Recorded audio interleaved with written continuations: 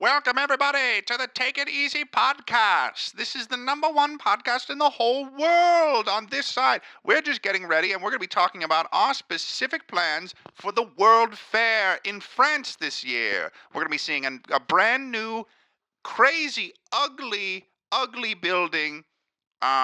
They've been calling it the Eiffel Tower, and personally, we think it's a piece of shit. It's a dumb, stupid fucking building, and we hope they tear it down. It's ruining the skyline of France. Welcome, Tucker, to the show. Thanks for having me. Wow, your microphone's incredible. You have an incredible microphone. What is cutting edge? That one of the things being shown at the World's Fair this year? No. France does not deserve good microphones. France is a piece of shit. You're goddamn right, man. You're goddamn right. And that's why we're living in the future, baby. Living in the future. Today's the future on Take It Easy. Yeah, today's future day. Are we discussing our plans for the future? I guess we're talking. No, we're going to be looking at. Today's a big day, guys, because we've been playing. We had this whole thing planned out. And today, what we're going to be taking a look at is the biggest future technologies. Biggest future technologies of the future, and we're gonna be making fun of them, and we're gonna say why those things are dumb, why we don't need that, why we don't need that shit. I don't want any more technology in my future. No more technology. We're gonna be becoming Luddites. Luddites, folks. What's that? A Luddite? Is that a no technology person? Yeah. Well, we're talking about weird future tech and also Luddites. Let's take it easy.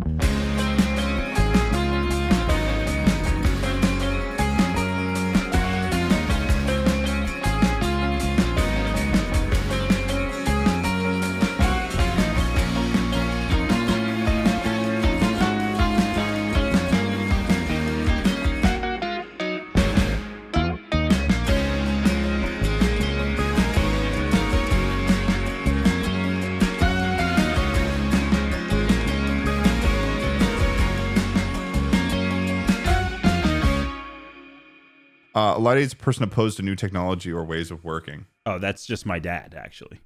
Yeah, and they apparently this is just and Emma can throw this in the chat here. This is apparently, according to Google, what they look like. They look like this guy. Audio listeners love you to death. This is the leader of the Luddites. Yep, that's basically my dad. He's wearing a polka dot robe. He looks apparently according to Tucker, exactly like his dad. I don't know if there's much that defines him like his dad other than the rosacea in his cheeks. But other than that, it's a fully different person.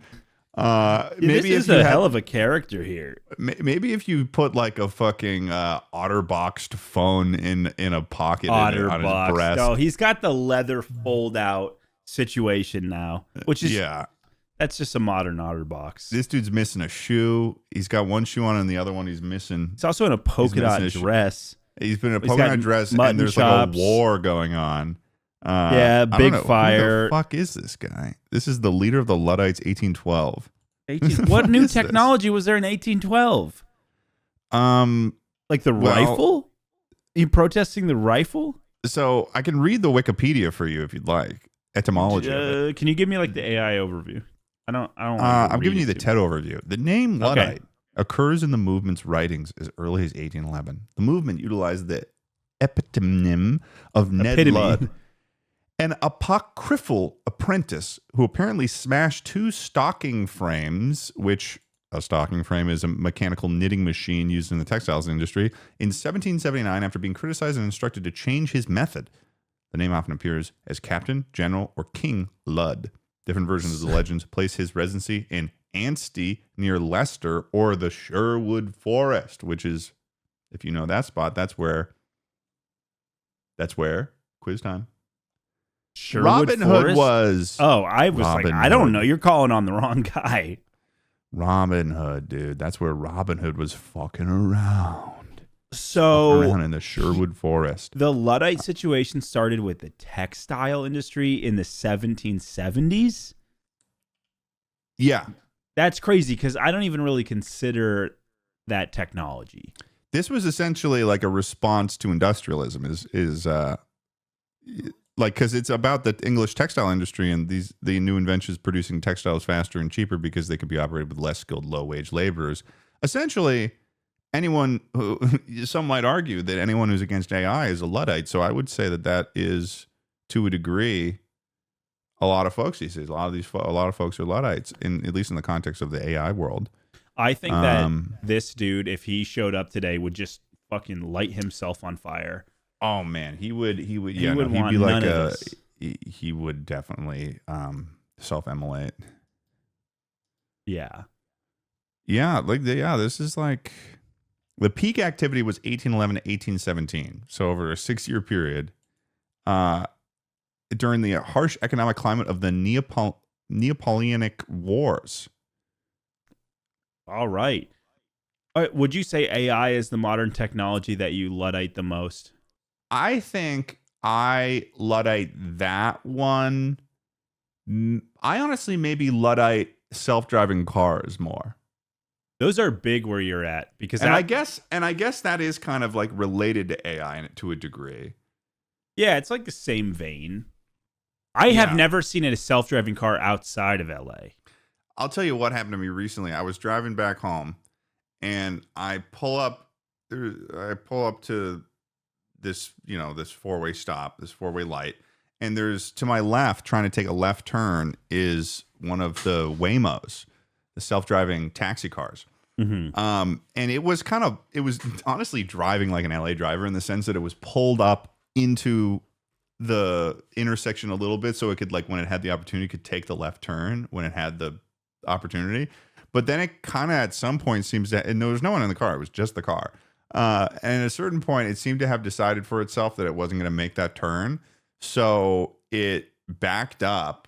But when it backed up, it got like really close to my car. So there was this moment where I was like, is this fucking machine going to hit me? And then, like, what am I going to do? What's the insurance process for that? That's like, a great question. Who do you talk to? Because basically I would just be driving like this. And then it's like the car pulls up next to me and then I'm like this. I'm like kind of like, audio listeners love you to death. I'm looking to my left with my eyes open really wide. And I'm like, don't you fucking dare. Don't you fucking dare. And yeah, it's like if it hits someone, I feel like there's a high likelihood that a fucking Waymo is just going to hit and run. Definitely, dude. It's not sticking around. Or maybe, what is it going to roll its windows down and start playing an audio message? Please give me your license and registration. What are you, a cop? What are you, a cop? Have you ridden in one of those? Have you ridden in one? No, I haven't. Oh, you should try it. That'd be a good TikTok right there. I feel like you're missing the point of my Ludditism here. You don't like... Well, this seems like you hate them. You just don't really understand them. What are you? What is this? I feel like this fucking Disney moral you're trying to push on me right now? You should at least go for a ride in one. That's some Disney shit right now. We just gotta learn to respect the robots. I mean, honestly, we do, because they're not leaving. You think the robots are going away? You know what? It's a tough scenario too, because it is tough. I'm a Luddite for the Waymos, but then whenever Boston Dynamics does something good, I'm always kind of like predisposed to cheering for them because of the fact that they have Boston in the name. It definitely helps. It definitely helps. Like I'm like, well, because I'm like, I did that. Right? Yeah, sort of I like take like a little bit of ownership in their company.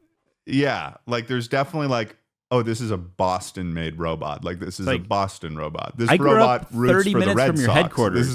This is a fucking, like, these robots go to Celtics games. Like this robot is a Pats fan. Like he will show up and give you a Hoodsie cup. Yeah, like he knows what Hood is. He goes to Stop and Shop. He's just a good guy, you know. Like, he's a good local guy. When this robot was a kid, they toured the Hosmer house. Like this is a fucking... He's been to Plymouth Plantation. He spends his summers on the Cape, you know. He goes to the Cape. Sometimes maybe he goes to the vineyard. You know, maybe he goes up to New Hampshire to ski. Like, he's a local guy. He's a good guy. He knows the difference between a hot lobster roll or a cold lobster roll, which apparently have names. Oh, really?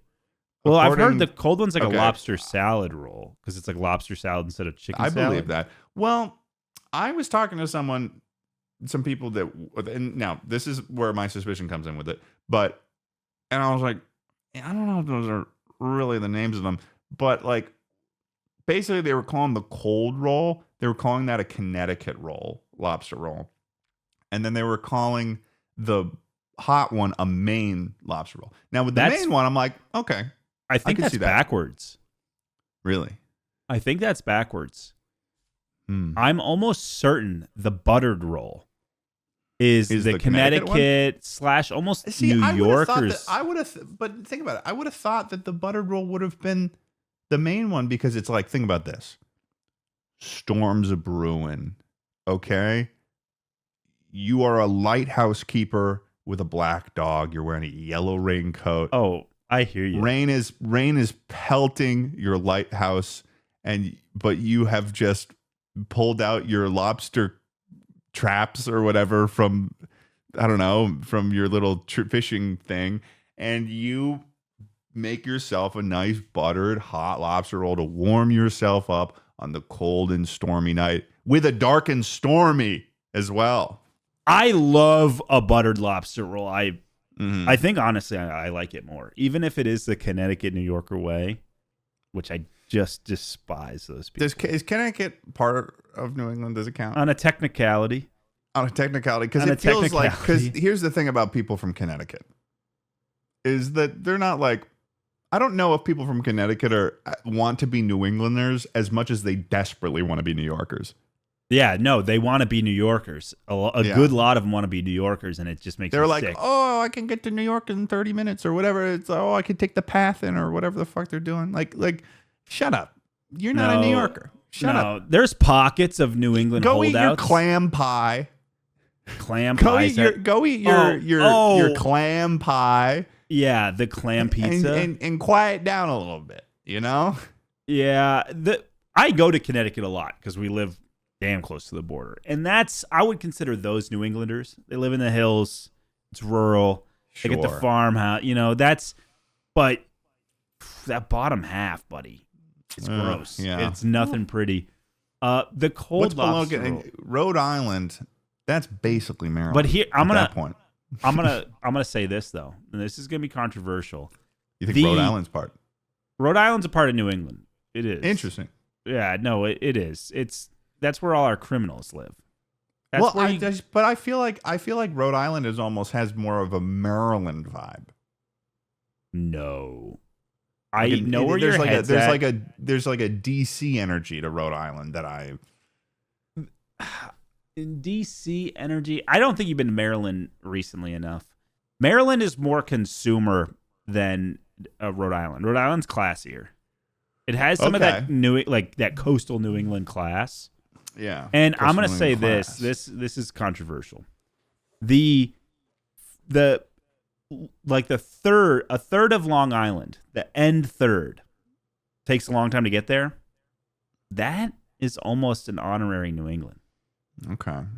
Yeah, I haven't been to Rhode Island in a long time, since I was a kid. So well, I'm saying Long Island. That's New York. Long Island. Oh. Maybe I said Rhode Island.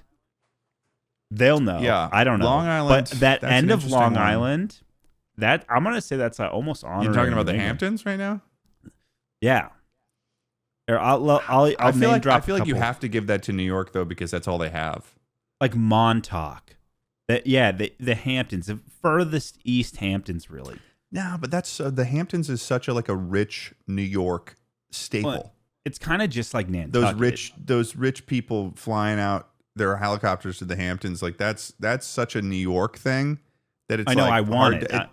It's the best that they have, so I'm saying we'll take it. I think you can say that you'd like to annex it, but I would. We have to understand that it is theirs.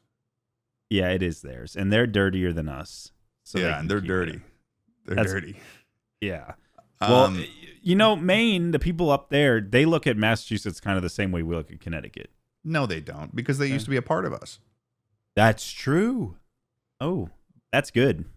If anything, they are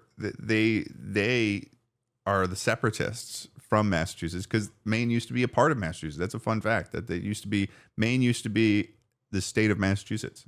It did. If you look at old maps, it'll say Massachusetts and then Massachusetts. Yeah, I was like, I feel like that was really relevant, like third grade. Yeah, for some reason, where it was like we had more land. Like there was kind of like a manifest destiny sort of disappointment in it in a weird way. Wait, can I say something that this was something you was on your mind as a kid, and I haven't thought about it in years to the point where I don't know if I would know what to do anymore. And that's stop, drop, and roll. When's the last time you thought about stop, drop, and roll if you light on fire? I haven't thought about that in 10 years. It seems still reasonable. No, it's totally reasonable. I think it's probably your best bet. But I haven't thought about it in so long that I think that I might panic.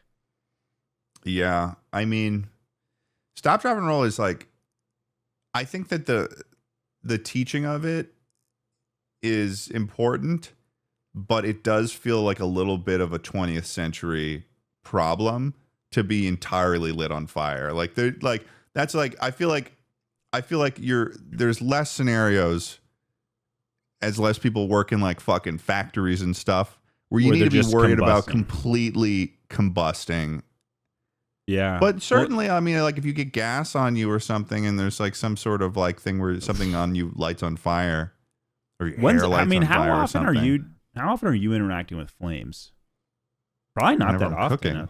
I have a gas stove. stove. Do you have gas? Oh, that's nice. See, we have an electric stove. So I was thinking, if you live in a city and you have an electric stove, I mean, I have been ever since I had my first gas stove because I lived my whole childhood with a conduction one. The electric? The electric one where I was like, and once you have a gas stove, you're like, oh, this is like literally so much better in every way. Like this is just the better option. It's like, primal. You can't even really like fucking saute something with an electric stove. Like it's like you're just, what do I have to keep this pressed down the whole time and just like scooch it back and forth so it stays hot? Like this is ridiculous. Like that is ridiculous. I feel like an electric stove is where like wealthy people separate from reality. You think electric stoves are used by wealthy people? I feel like gas stoves are. Well, I was seeing. I feel like there's a bell curve here. I was seeing. Well, no, because you can get gas stoves and they can be really shitty. You know, I mean, I feel I think most low income areas I feel like have gas stoves. Yeah, and I think the middle of the bell is electric, and then the highest end stoves you're getting are always because like gas. Think about this. Like if you're going camping, you get like one of those stove things. You got some propane hooked up to it. You do it that way. But then like a fancy camping thing, that's going to be an electric stove. Really? You think so? A glamping thing? Yeah, that's going to be an electric stove. Interesting.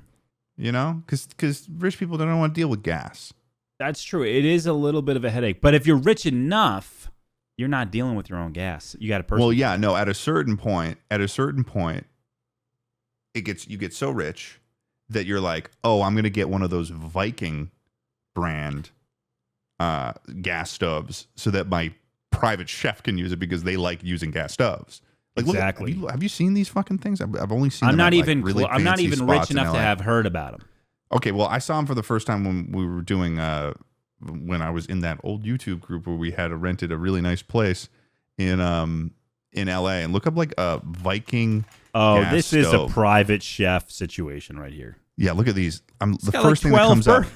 Yeah. The first thing that comes up is this one on WDC Kitchen, 48-inch dual fuel range stove. It's got like an oven and it's got like 17 different knobs. $16,000. Yeah, I'm looking. The first one that comes up for me, 26,000 plus. That's crazy, dude. That's a whole car. That's a whole ass Subaru. Dual fuel. It must take two different types of gas. Two different gases. Yeah. Oh, but they have them in different colors. They've got one in red. That's beautiful. They've got one in the color swall. Also, I'm looking at this. I'm looking at this on Best Buy, by the way. There's no way they got that in stock. That's got to be a custom situation. It's also it's not yet reviewed. Hey, there's a video idea for you. I review the most expensive stove on Best Buy's website, and then I give it to Tucker because I don't need it anymore as a gift. That'd be sick, dude. We'd Can have you imagine that for in your guys' place right now if you just had like a you would if you have brought for generations. you just like replace that in the apartment. You're like, your guy walks in, he's like, what the hell is that? And he's like, it's my gas stove. He looks it up. He's like, oh, well, could you like I'll let you like keep your your down payment on your apartment if you Our fucking deposit, our security deposit. Sorry, I couldn't think of it, but down payment came to my head first. Now. Well, not yet. I'd like to be Perspective. But, yeah, but I've definitely been thinking in that zone more of like, how much money do I need to fucking get a house? Oh, it's daunting. But yeah, no, $15,000 to $16,000 for one of these things. That's private chef level stuff right there. I will say though, I'm a Luddite for electric stoves. To bring it back, that's a piece of technology. I don't really know what makes this thing better. I mean, like, what makes a Viking stove better than others? The superior to the commercial grade construction, high output power, and precise temperature control. So it's bringing restaurant style cooking into the home. Yeah, like this is fucking. Oh, I mean, here's the thing though. I'm looking at this thing, and like, it looks good, and I want it. Don't get me wrong, I want this, but I don't know if this would ever be reasonable. No, it would. So, but you think there's a world in which it's reasonable? It is unreasonable. If you're a billionaire, if you're a fucking billionaire, sure, if you've got a. If I'm a billionaire, I don't even want to know what you're cooking it on. I don't want to be involved. You don't even want to know. I don't even want to know.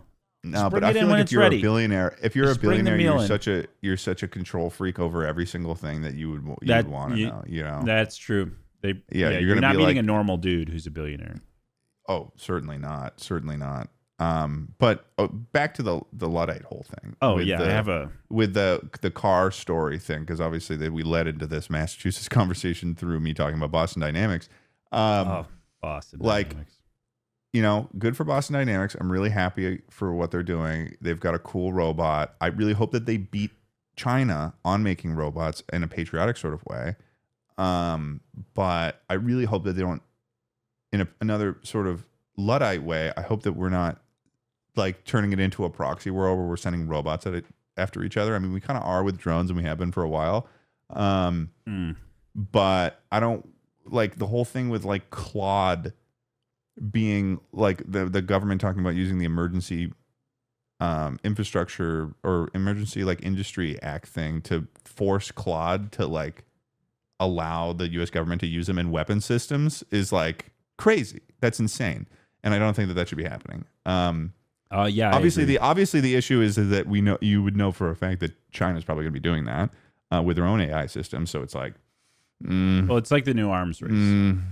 It is. It's kind of like if you don't do it, just know that your enemies already have. Which they assume the same thing about us. Like everybody's doing it. So it's a bit of an issue. Even if we say that we're above that. I just know Americans believing that. Totally. No. Dude, yeah. No, we are just the best liars. Dude, yeah, no, we're pulling DMT out of fucking aliens' necks. Like we at Area 51. We're doing all this shit. That would be crazy if that's where that was coming from. Yeah, from aliens. That'd be crazy. I mean, it would validate a lot of the people who have done DMT. Really validate them.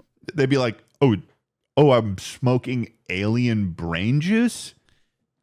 First of all, aliens are real. That's a win. But like, yeah, but that would even. That's the thing. Is did you see that thing about Obama thinking that when they asked Obama if aliens were real, and he was like, yes, but I didn't see any evidence of them. Like he responded yes, as in like he thinks that they are. Like it's very possible, but he had said yes in such a way that it was like everyone was like, is he just like fucking saying on a podcast that aliens are real? And he's like, but then he like followed up with like, I didn't see any evidence of it myself when I was president, but like he believes that they're real. They don't let the president know that stuff. Who does then? Who does? The president does not have the highest security clearance in the DOD because the president's a temporary employee. Who has the highest security clearance then?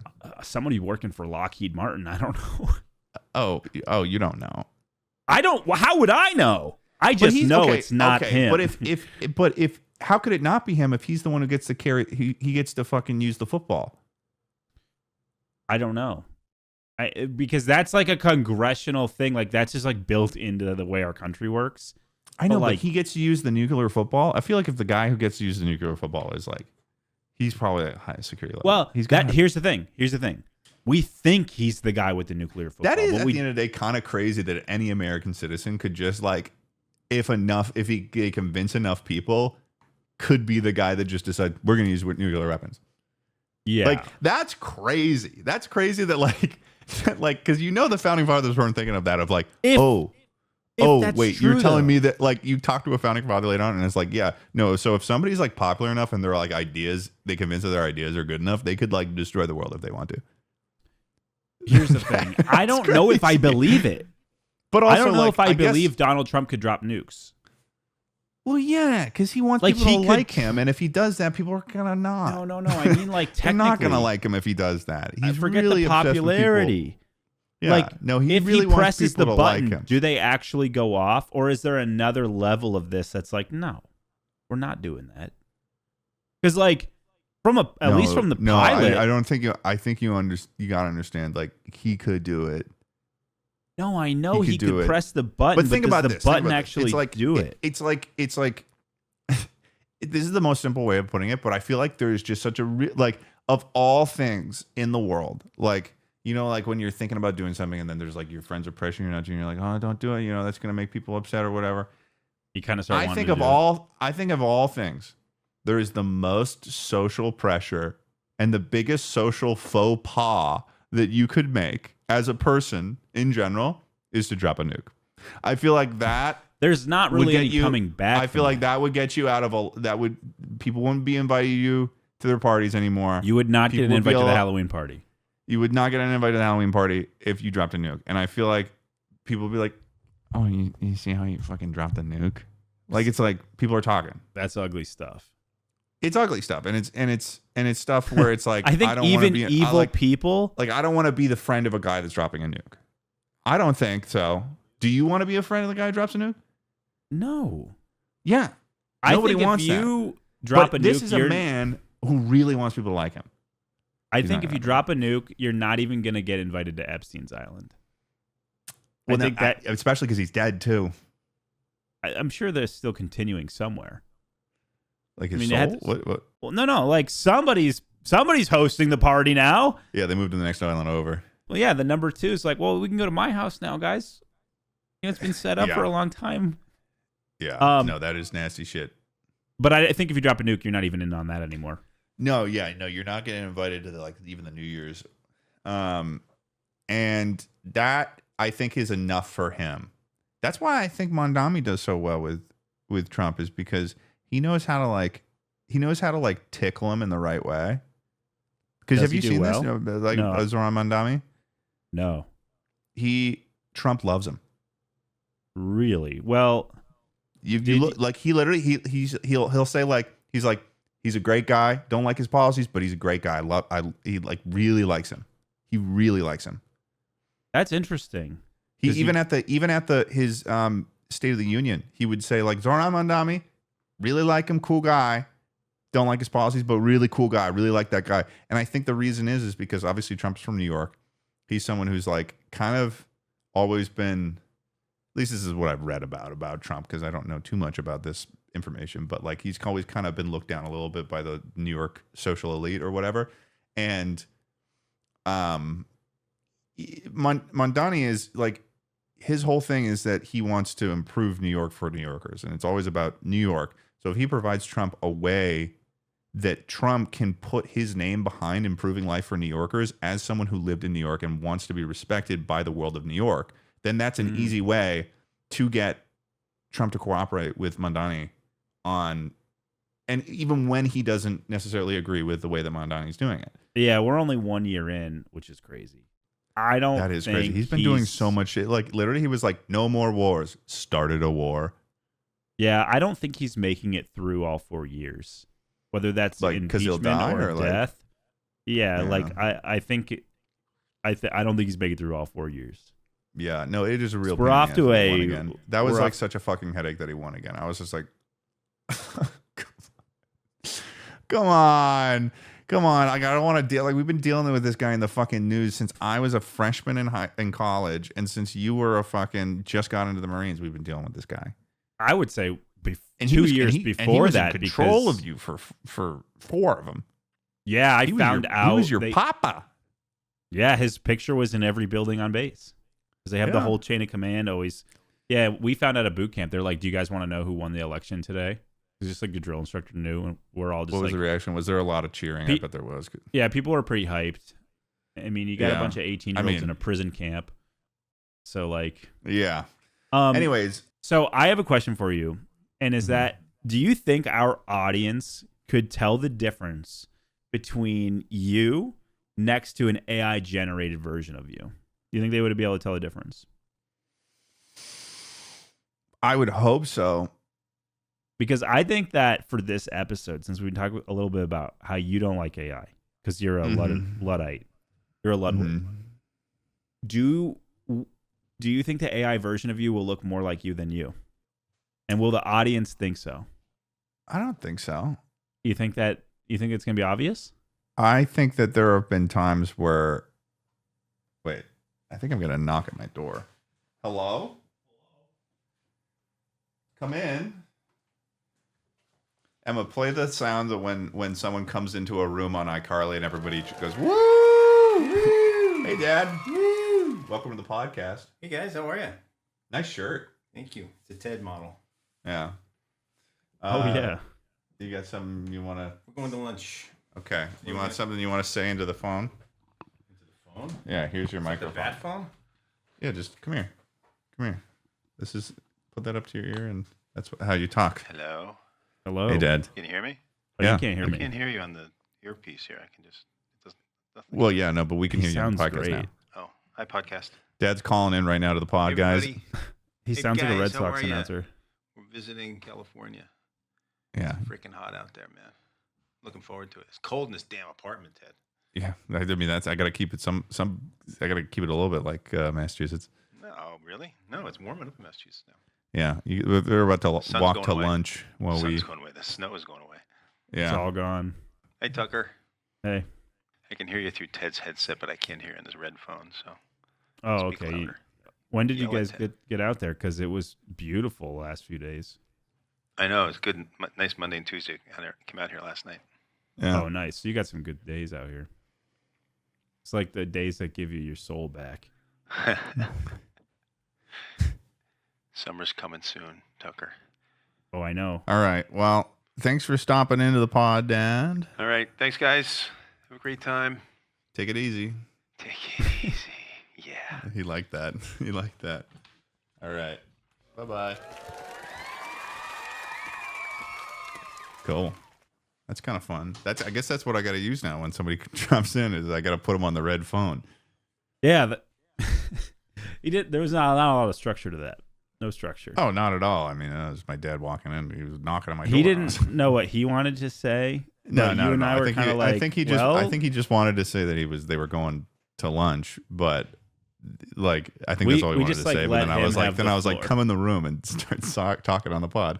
But what I was going to say was that in regards to the Luddite thing, my issue with the Waymo, which I was really trying to get around to at a certain point that I thought was a strong point about the Waymo, was that first of all, who's going to cover the insurance for it? But also, I think we talked about this on Chuckle a long time ago. But I think my biggest worry about the self-driving cars is when they get too good and they are like all over the place, that there's going to be an insurance-related incentive to not have a car that you can drive. I think the market's going to do it. I don't think it's going to be a law. I don't know if there's going to be a law. It's going to be like I think that people are going to be incentive. really resistant to it, especially those who have like older cars or like people who like to drive. Like I like to drive. Here's the issue with that too. If you have an older, nicer vehicle, you're probably wealthy, but they'll be able to just pay whatever insurance bullshit it is. So by being a financial incentive, it's basically just a law for poorer people. Wow. Yeah, true that. I mean, that's the case with a lot of stuff, I feel like.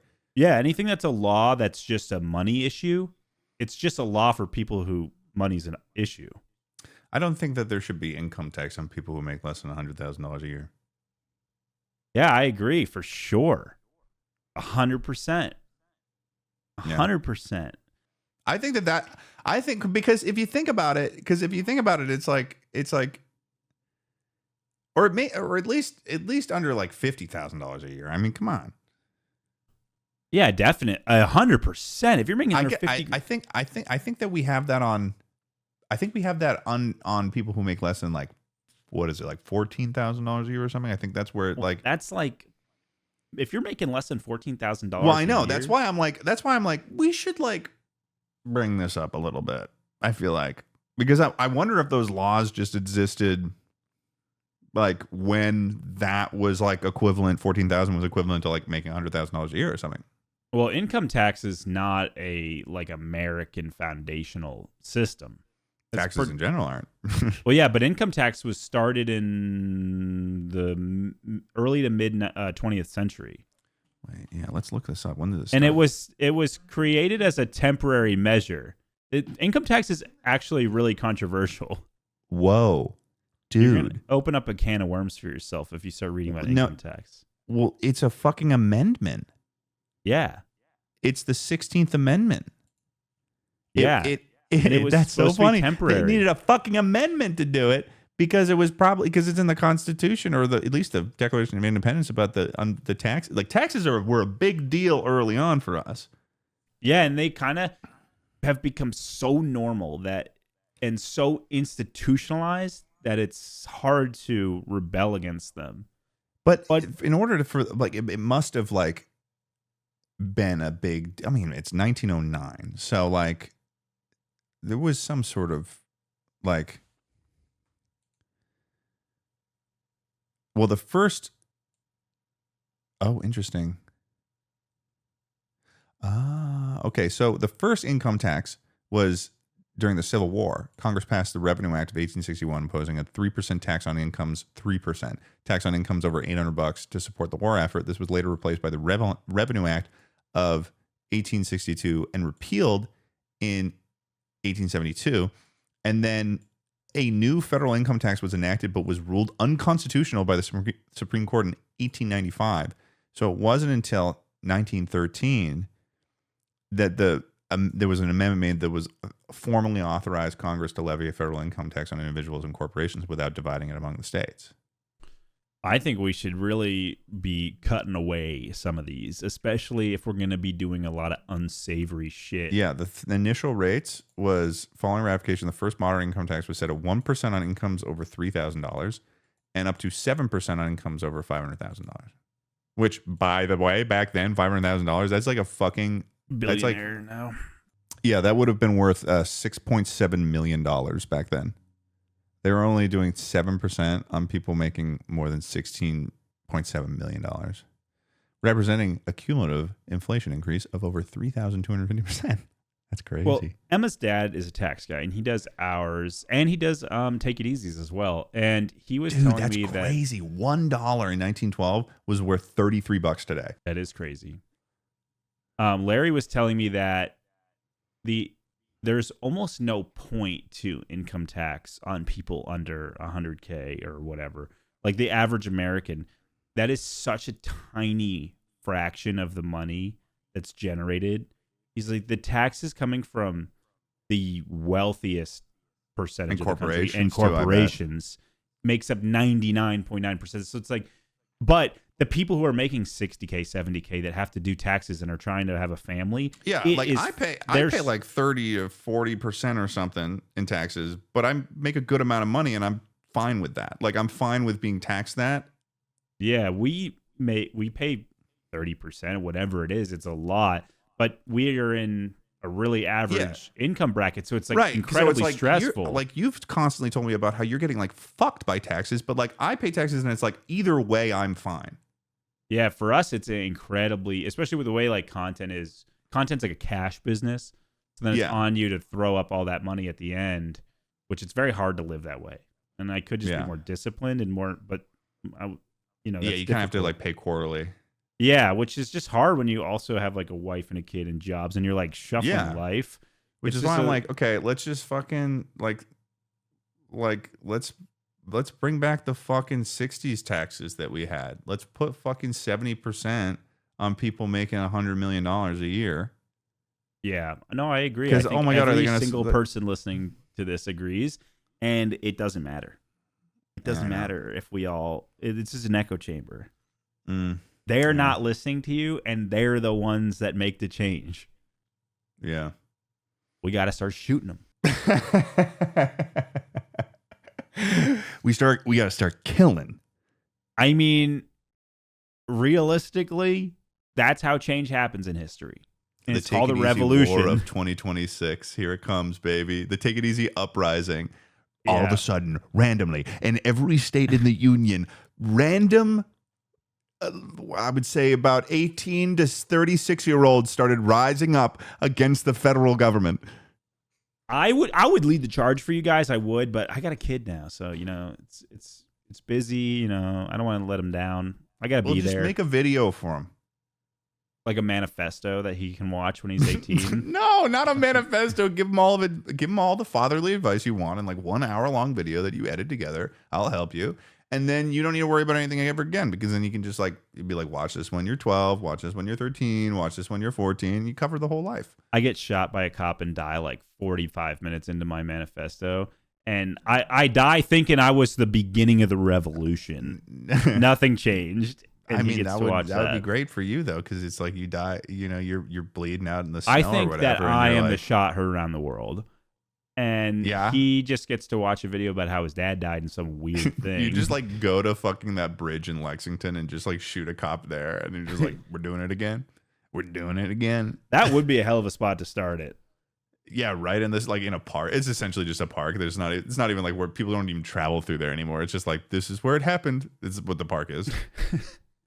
The bridge there, no purpose for that bridge at this point other than just to be a bridge in a park. But before, it was that was how they traveled.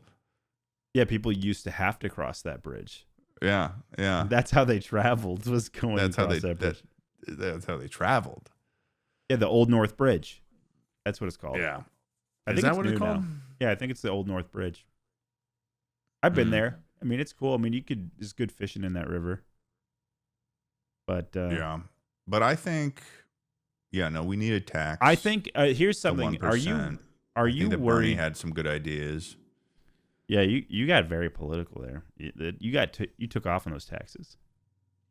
Well, yeah, because it's one of those things. Well, because I hear it a lot from you, where it's I wish that I could take on your tax burden, or something. Because it's it's stupid. It's stupid how much damage it can do on people who aren't making a bunch of money and don't have a separate company that's taking on half of the tax liability. Especially for people who are working for themselves or have their own businesses. You have to pay the full 12%.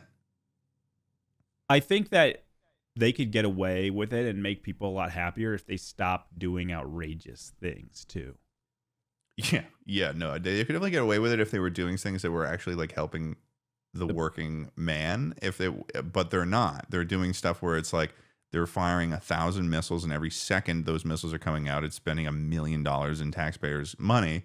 Yeah, that's just I'm can you just pay for my the labor and delivery of our baby? It's $500. Right. That's an ounce of a missile. That'd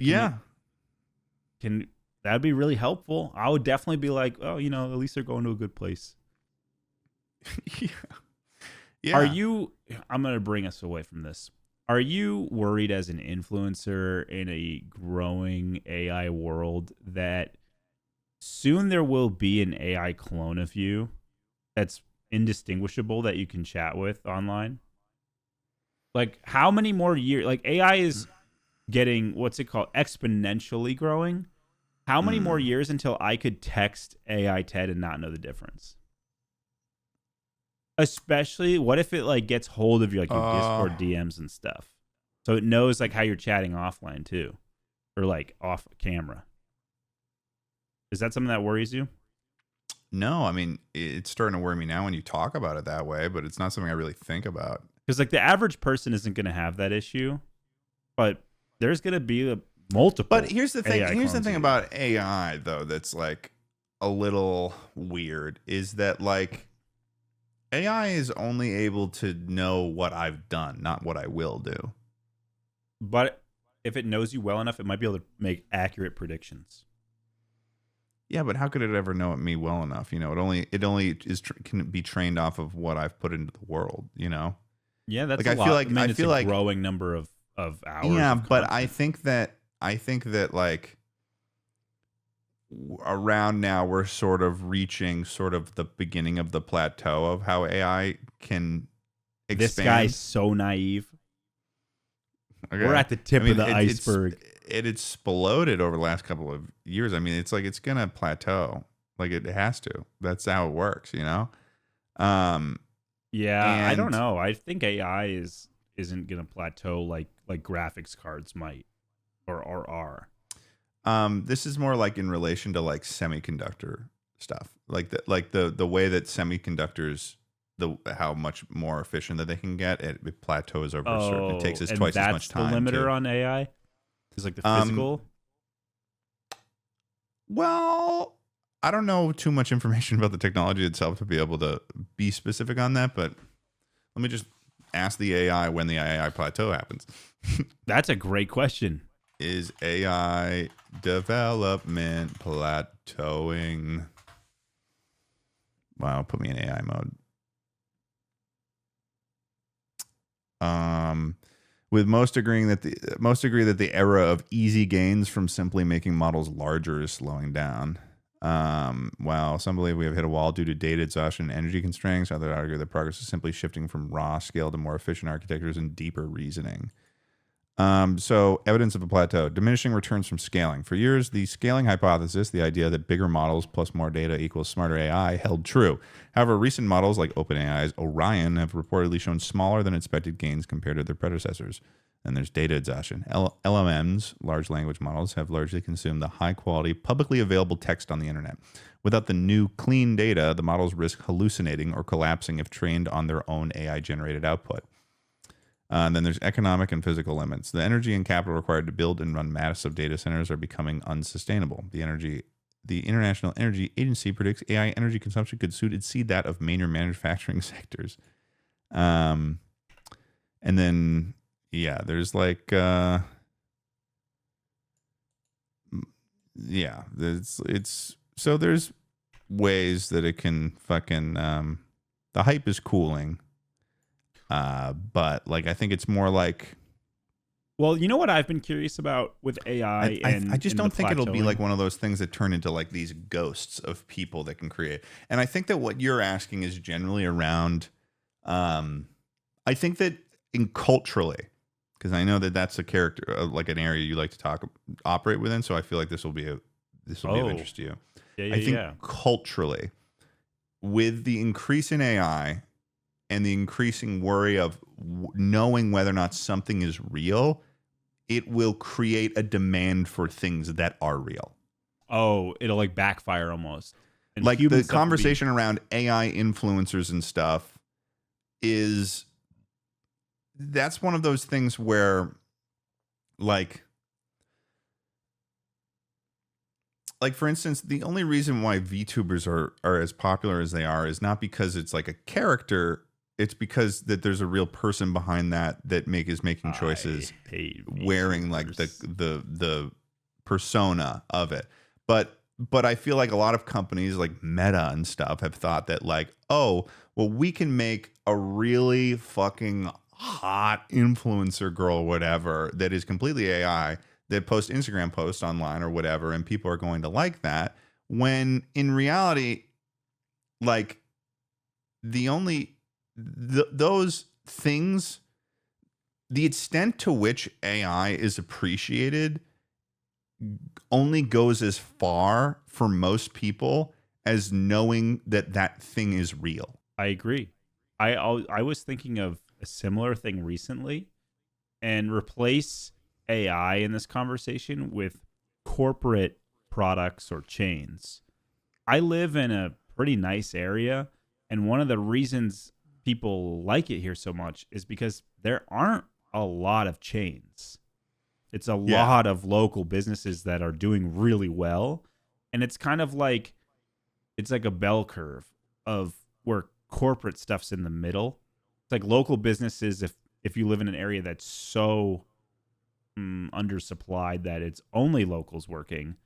Then you have this middle ground. It's all corporate products and chains and stuff.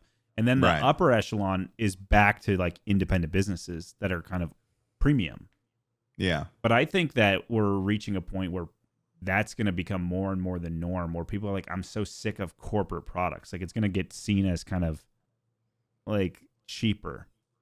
Yeah. Like, that's going to be seen as almost like a low income and like less fortunate product is if you're buying from a corporation. Now, the only place I really don't see that changing is media, because media's gotten really expensive to produce. But actually, it is in the video game world, because indie games are dominating the market. How many indie games on Steam come out every year and sell like 1 million copies? A growing number. Yeah. I think that the best way that AI is obviously used is in niche sort of tool ways. Like, for instance, there's a thing that Corridor Digital released that is basically they taught a neural network like AI thing to basically be able to make perfect chroma keying for a green screen. That is very helpful. Even being able to, it requires a lot of fucking like a VRAM to be able to run it, or it'll just run really slow. I think it requires something like 32 gigabytes of VRAM to run it. But it can do stuff like, for instance, like if I had this glass on a green screen, transparent and has reflection, you could run this through the thing and it would completely cut it out from the green screen, and you would still maintain the reflection and stuff, and like my thumb behind here that is being, and it'll also like get rid of like the wash on the, because basically what they did is they trained it on like these like 3D generations that they did, where it was basically like they gave it let's say like they gave it like a little character, a 3D animated character going like this in front of a green screen, and then they gave it to the AI, and then they said, hey, cut this out from the green screen, and then it tried it, and then basically all they did is they just made a second render without the green screen behind it, which is an exact sort of the exact copy of it, just without the green. And they were like, this is what the actual thing is. So it got slowly better and better over several iterations. They didn't even need to use real footage. It was just like 3D animations on how to cut things out. And so they were able to make this fucking tool. And I think that that's a great usage of it, because it's saving artists the time that would have been just done painstakingly rotoscoping frame by frame. Now is something that can be done really quickly. See, that to me doesn't even feel like AI necessarily. It's just more like you're improving the software. And that's like a miserable part of the job. Like, nobody wants to be hired to frame by frame rotoscope. I mean, maybe some do. Maybe some like to just listen to music and rotoscope. But like personally, when I have to rotoscope, it's a big fucking pain in the ass to do that. And so that's not like taking away necessarily jobs from people, in the sense that like they're still going to use that now green screen thing to make a bigger product. Now, when you're using AI to entirely generate the thing that you were trying to make inherently, it's like, okay, what the fuck? And also, it never knows. It never knows exactly what you need to do, and you can't repeat the same thing again. Like the more, essentially, if you wanted to be able to specifically control every single piece of the puzzle that the things you wanted AI to do, you would want to have it insert, oh, here's the faces that I want you to remain consistent. Here's the setting I want to remain. Then it starts adding on steps where at a certain point, you're basically just working in an editing program again. Yeah. And the time that it takes to do X, Y, and Z, and then also it's AI. So and like pointless.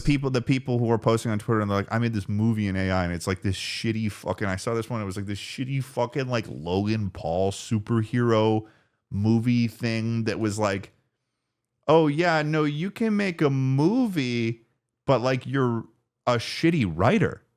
Yeah. And then it's like there's, and then it's like, oh, well, we'll use AI to write it. But then it's like, AI can't really write in like long form in that way where it can create a whole storyline. Like, yeah, it can like copy, like, I don't know. I just think that the value is in the humanity of it, and when everyone knows that there's something that can create something that humans could create, it's like I don't know. It increases the value in genuine skill in a field than I think it decreases it. You know, what's the difference? Like, how is it AI let's talk about it's also making people's brains work less. I think there's like studies about like AI is just making people stupider. So it's like, why would you want that? Why would you want to be a dumbass? Well, I mean, I think you could say that for anyone that's, just like sitting on Instagram Reels. It's like, it's making you dumber. Yeah.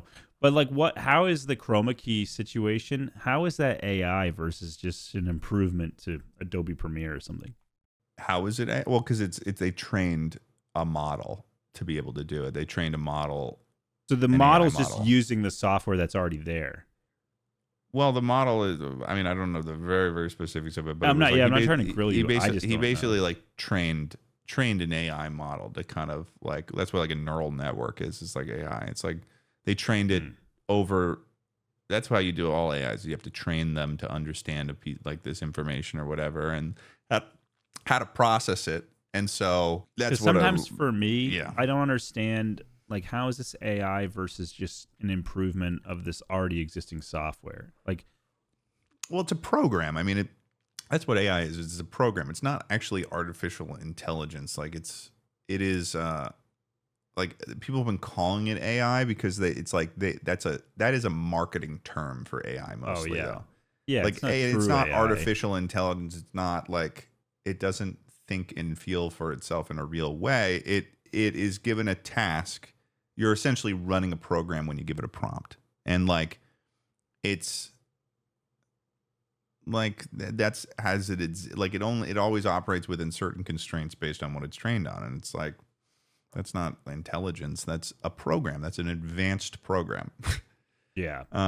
So yeah, I mean, but yeah, I mean, there's tools on YouTube now that are set up for detecting when like a creator's likeness is used in generative stuff. Like there's, to a certain degree, there's some guardrails being set up, but the problem is that those guardrails kind of have to be set up by the companies making the product.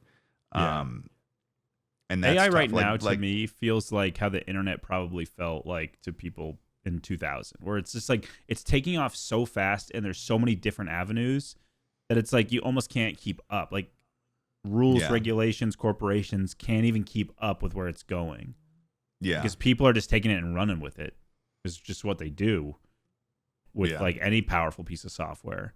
And they tweak it and they mess with it. So I feel like we're not going to see like how AI or AI, whatever you want to call it, like settles up for a while. Because the internet, I feel like, it's kind of settled up for the last 10 years.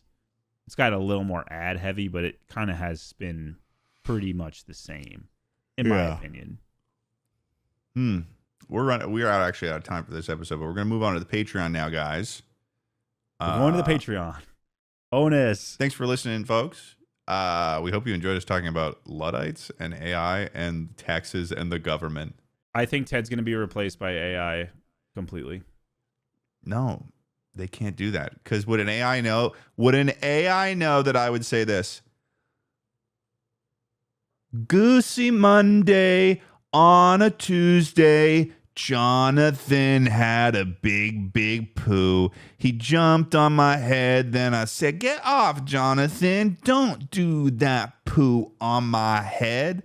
My hair. It's all in my hair. I gotta get that poo. It's out of my hair. It's sticky. It's stinky. I don't want it there. Jonathan, get that poo out of my hair." I think the fact that you just did that means AI will now know that you like to just say crazy little tunes. Like you just fed it. You just fed the beast. But they don't know what my next song will be. No, but they'll be singing. Well, guys, thanks for listening. On the next Existential Crisis episode, we're going to be tuning into the Library of Babel.